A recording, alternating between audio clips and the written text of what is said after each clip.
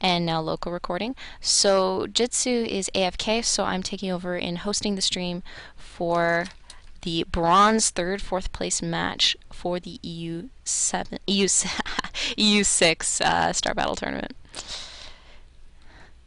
And with me, can you guys introduce yourselves? We got Ladanian here, who's an all-star caster, with G-Star and Howler, who are up and coming in the world, doing their second cast ever. Previous one was an hour and a half long game, which was the previous two games between these two great teams. Right now it is 1v1, and they're doing the last game.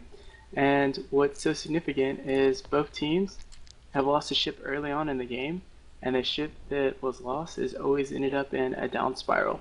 And so, really, with these two teams, we want to watch out for which ship is lost. And now to G-Star.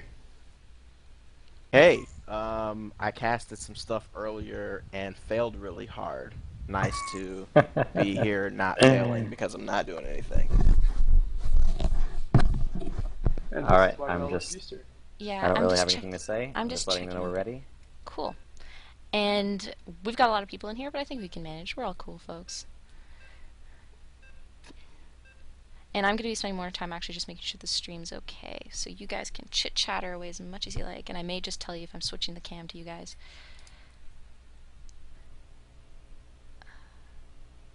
All right, so does anyone want to I'm worried the show's not actually online. I'm half worried. I'm half worried it's not online. Is it showing it's online? No. I'm watching a previous cast that you did. Uh-oh. You're offline currently, but it's not going to start publishing until it hits your delay point, right? No, it should be It online. should show in black. online though. Should we ask to pause it? Yeah, ask for a quick pause. No, I can't. I can't ask. We're observers. Oh yeah. Damn it. Why didn't they make us freeze? You're just gonna have to work on it. I'm just gonna restart. Okay. But I'm locally recording, guys, so just talk and this will get uploaded afterwards. So pretend you're live. Okay, so the worst team ever has opened a double Destro, double BC, Overlord, and a Levy. It looks like they went missile pods on one BC. They're doing 3 armor on the Destro. On the other BC, they have missile pods, so it is a double missile pod open with Plague. And Trinity does have 5 armor. On the Levy, going on the outside, he has 1 tent open with 2 speed. He's probably going to be taking into the second tent right away. On the opposing team, they went double Destro, double Carrier, BC, and Levy. Both Destros appear to have 5 armor, and the Carriers went the typical 6-1 build with 6 interceptors, and their Levy has 3 tentacles already, meaning that he opened with 1 speed expecting a heavy launch build again. So, typical heavy push comp from the Red Lions sort of team, Red Revolution. 2 Destros, 2 Carriers.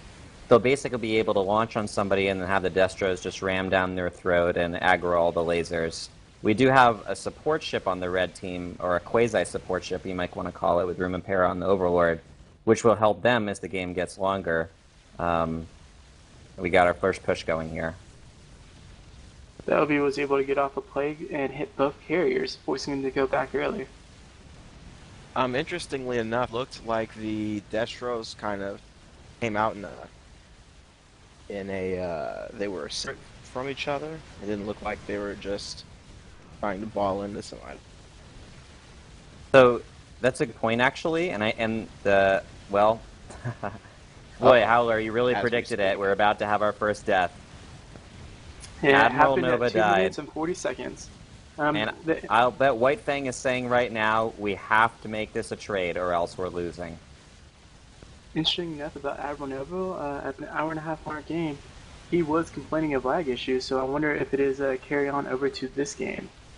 Just Right, watching the the health of Son Goku go down, he will die. They are going to commit for this, and they are going to get the kill. So interesting enough, is he gonna live? God. Oh no, he died. He was maybe a centimeter away from the heal beam. I have never seen a closer kill. He was going down to 1 HP, so close to the heal beam, and didn't quite make it. Now, one thing that's very interesting that I want to just point out right quick before Howler says smart stuff.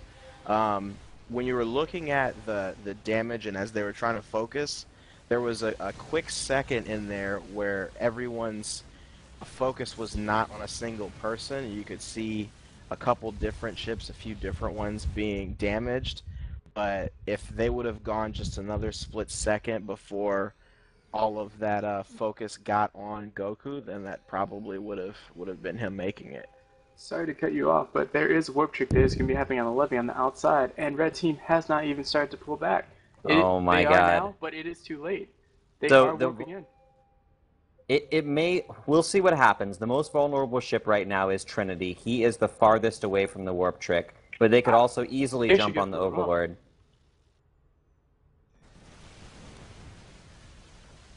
They will be turning. They are targeting the Overlord. Oh no. They are not going to waste any time. He was able to get one plague off on 3 ships as they warped in. That will make a big difference. We'll There see, was a Jaco pod. is already staying in the back. We're starting to see a split. The carrier is actually splitting in the other direction, getting killed by White Fang and D-Magic, while the Overlord goes down at the south. Overlord goes down, and Jaco is now going to be going down. He has 2 ships on his rear, and he's not going to make it. Interesting enough, this actually happened in the first game, where what happened was the 2 teams split off doing a chase on 1 solo ship. The only difference is this time actually White Fang might survive depending on what his team does. So let's see how things break down here. We have another chase. Is the blue team going to pursue or not? And how far? It looks like they're going for it, but what they should be doing is turning the focus fire on White Fang. No, I think they know they can kill that levy, and then they can turn around and kill White Fang afterward. He's too Trinity fast. just He's warped in. Speed. You're not gonna be able to catch him because the whole team isn't fast enough to do. And he's already at at presence with 1,000 health. They're not catching You're him. absolutely right. They're stopping for the launch. It's not going to be enough. They had their chance, but they blew the folks firing on a 1-7 speed levy.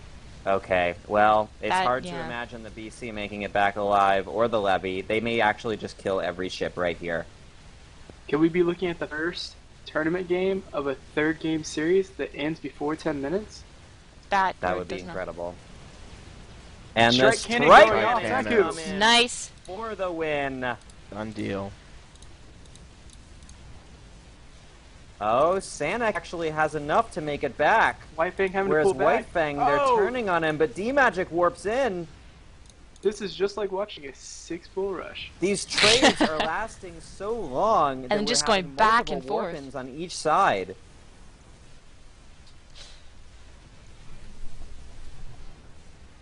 Okay. Oh, There's strike cannons, and there's the kill. I was just about to relax and start narrating the rest of the game, but those strike cannons. So maybe we should assess the damage. So now it's 4 versus 3, and we got 690 farm for the red team and 300 farm for the blue team. So not only do we have twice the farm on the red team and the blue team, but if you look at the remaining comps, it would be one thing if there was some kind of asymmetric advantage that the blue team had, but actually it's the exact same comp remaining, except the difference is the red team has 1 more Destro. It's very hard to envision the path to victory from that point. But believe it or not, we did see a turtle in a base the last game for 40 minutes, and the result is they were able to knock out 1 ship. So will that be the difference? Because in this game it is 4-3, and in the other game it was 6-5. This could be significant here, depending on who can out-Destro. That should be the question of this game. So right now the big farmer is Trinity. He actually has a huge portion of the top team, the bottom team's farm with 275 plus 2 kills, which is is another 200, 300 farm there. So it'll be interesting to see what kind of build he goes toward. He may choose to spend that money on some kind of siege to try to prevent this from taking all night. Well, maybe White Fang will go more of a defensive build, but that's just a prediction. We'll have to see what they do. So I just noticed Trinity, he actually has both strike cans and bombard. And he just has enough energy to cast both once, but that basically allows you to get around the cooldown problem. You can basically get off a quick bombard, cancel it about 3/4 of the way through before you lose too much momentum, and then hit strike cannon before they get out of your range, and you can keep firing that after they leave. What looks familiar about this is both Destros have bombardment, so it looks like they're just going for mass spike damage right now. They're not even worried about going into GATs or lasers or the late game. They really want this game to end, I would think, before 20 minutes. Well, I don't blame them. A lot of these European players, White Fang plays from Israel, they're probably getting a little bit tired. They've been playing a long time today and starting to get toward evening there. Yep, that seems to be what happens every tournament. The EU players get the short end of the stick and end up playing really late into the night.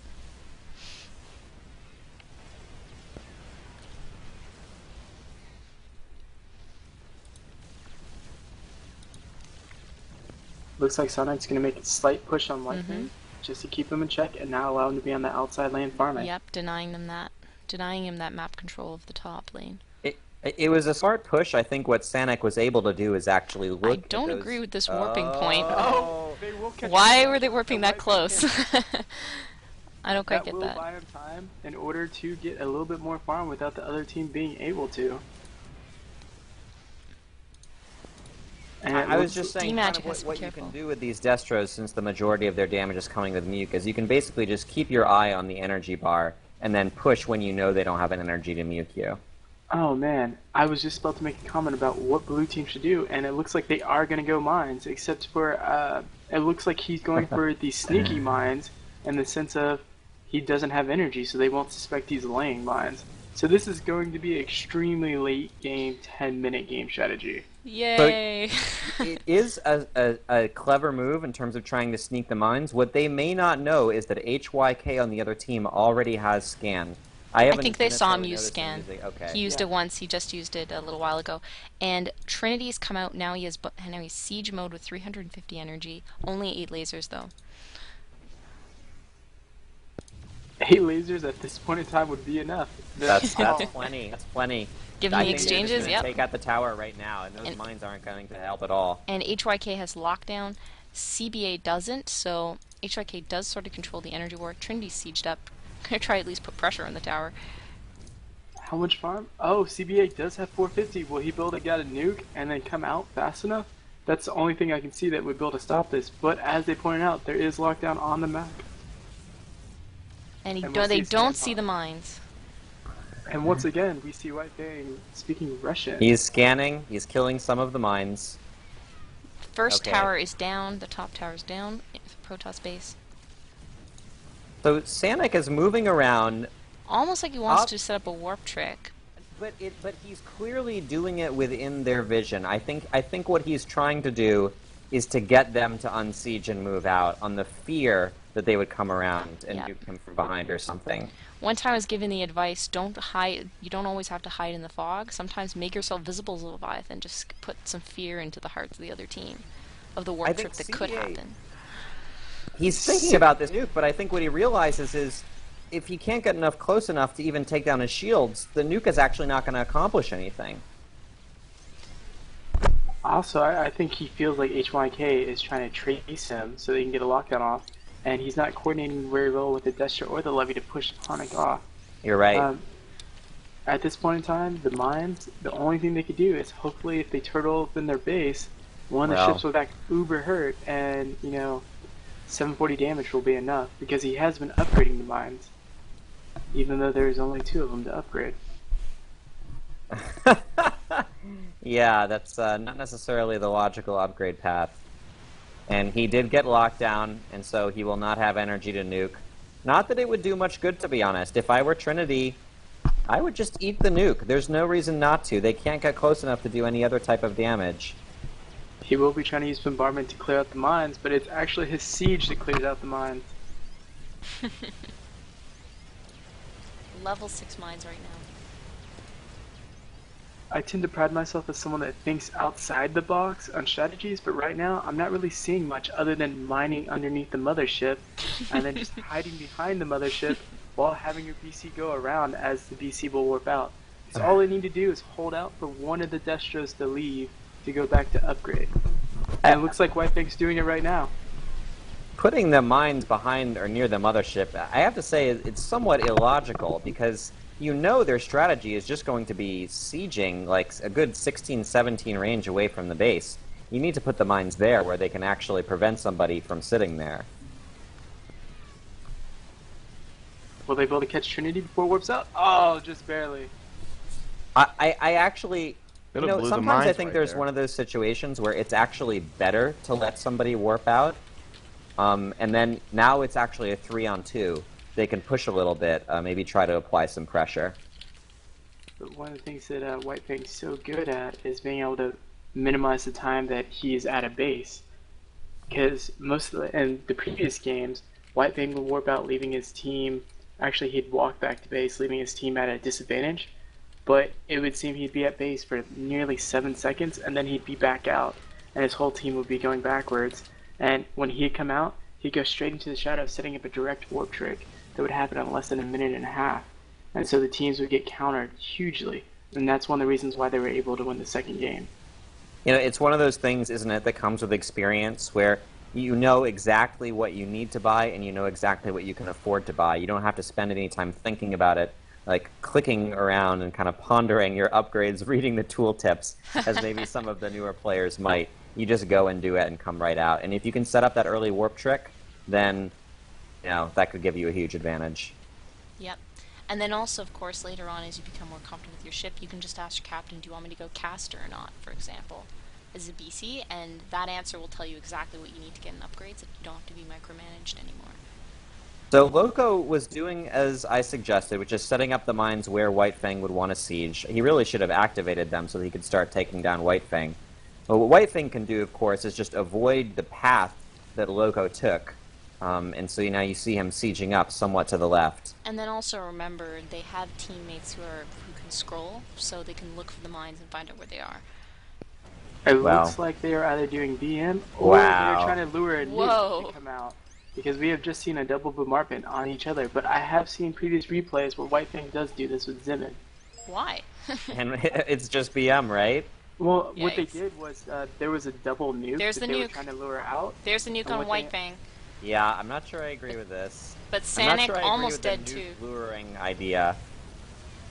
I don't see what the point of this quite was. It forced them to come out to deal with them, and killed the whole team. Well, alright, well. Here I am saying I don't agree with it. They actually just won the game with it, so... True. Good job, guys. Congratulations to to the worst team. They win the bronze medal for this tournament, and Red Revolution finishes 4th. Well, thank you for tuning into our cast, and I hope you enjoyed it. Yep. Thanks, everyone. And also, don't worry about the stream shakiness. Sorry about that, guys. Stream seemed to be doing some funky things, but it all worked out in the end. Yeah, thanks to our loyal fans for bearing with us. Yeah. At least, I wasn't muted for half the game or something.